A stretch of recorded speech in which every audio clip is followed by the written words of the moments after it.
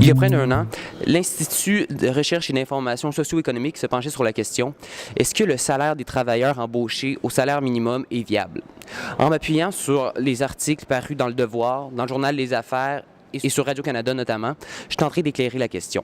Rentrons dans le vif du sujet. Plusieurs économistes affirment qu'en bas de 50 du salaire moyen, l'économie peut soutenir un salaire minimum à 15 $ de l'heure.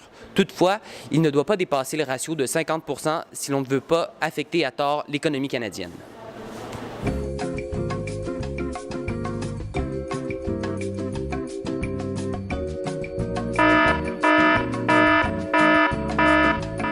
Pour l'économiste Luc Godbout, l'augmentation du salaire minimum à 15 $ de l'heure ne serait qu'une illusion dans l'optique d'améliorer les conditions de travail des travailleurs à faible revenu.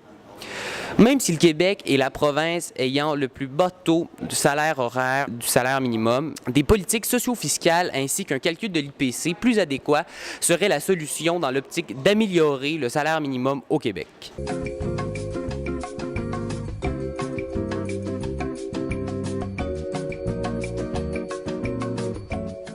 Deuxième constat, passer à 15 $ de l'heure du salaire minimum au Québec ferait passer à environ 60 % le ratio du salaire minimum sur le salaire horaire moyen. Si l'on ne veut pas réduire à tort le taux d'emploi au Québec, il faut revoir cette méthode de calcul.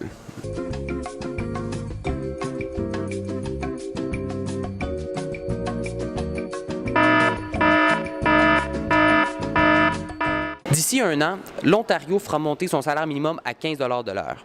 Une hausse de salaire qui fera monter les prix de 0,5 % à l'indice de prix à la consommation. Pour certains partis politiques, l'augmentation du salaire minimum à 15 $ de l'heure serait la solution pour les travailleurs à faible revenu. Allons voir une travailleuse qui travaille présentement au salaire minimum pour lui demander si c'est réellement leur demande. Bonjour, on a une question à vous poser. Est-ce que vous seriez en accord avec l'augmentation du salaire minimum à 15 $ de l'heure? Et pourquoi? Non, parce que ça ferait que tout augmenterait, logiquement. Donc, on ne serait pas obligé de moins travailler, pas de plus travailler. Puis, tous ceux qui sont pas au salaire minimum, mais en dessous de 15 $ de l'heure, tomberaient à 15 $ de l'heure aussi.